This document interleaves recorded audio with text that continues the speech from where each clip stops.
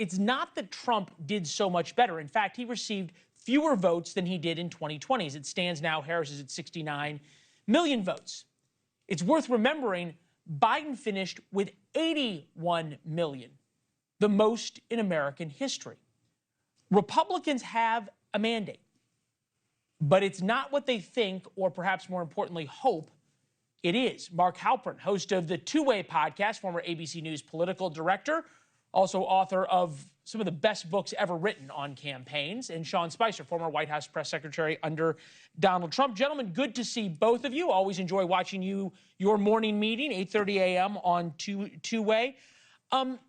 Sean, start with you. Is this a mandate for common sense or for ultra MAGA?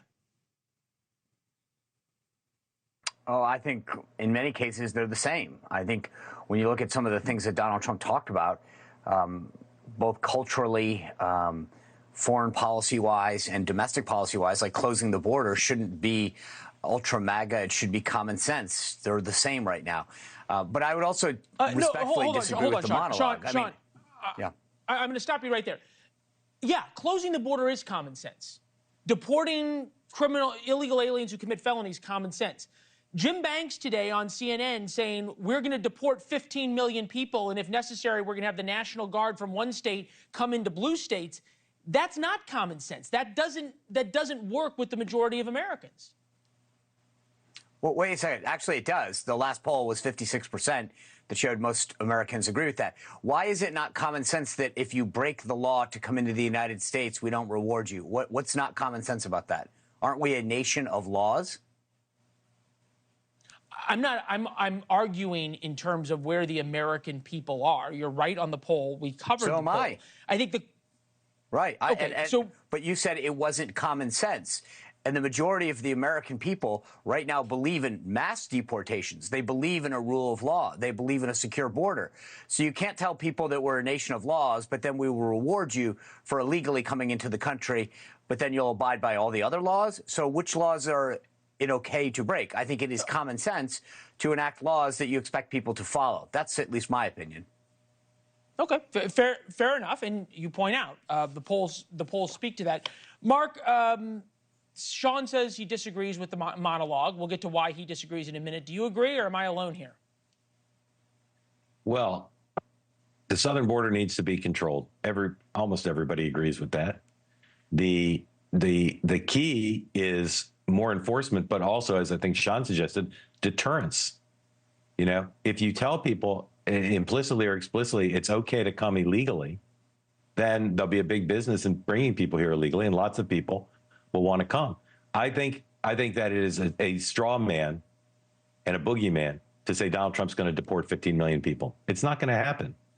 He may have given people that impression. We agree with that.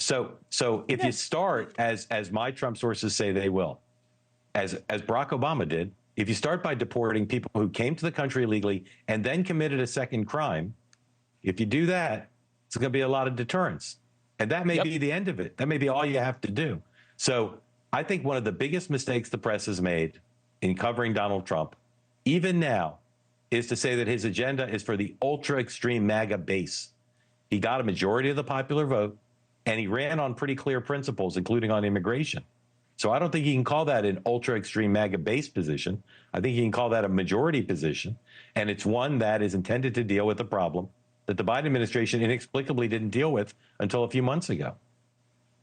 So, Leland, if I can for a moment, just, Mark brought up the word deterrence, and I think that's the right word, because whether it's the border or other actions, it matters. So there was a story out today, I believe, the Wall Street Journal, that the CEO of the company, Steve Madden, it's a shoe company, is already moving his manufacturing out of China because he doesn't want to face tariffs, right? That's a good thing for America. It's a good thing for our national security. But the point is that sometimes these things that Donald Trump talks about, adding tariffs, closing the border, mass deportations, will incentivize the right behavior because people say it's not worth it. I would rather go do the right thing than face the consequences. So making NATO pay their fair share that they agreed upon in Article 5 I think makes sense. But part of this is that Donald Trump's style is actually getting results for the American people. Thanks for watching. Go to joinnn.com to find NewsNation on your television provider. And don't forget to click the red subscribe button below to get more of NewsNation's fact-driven, unbiased coverage.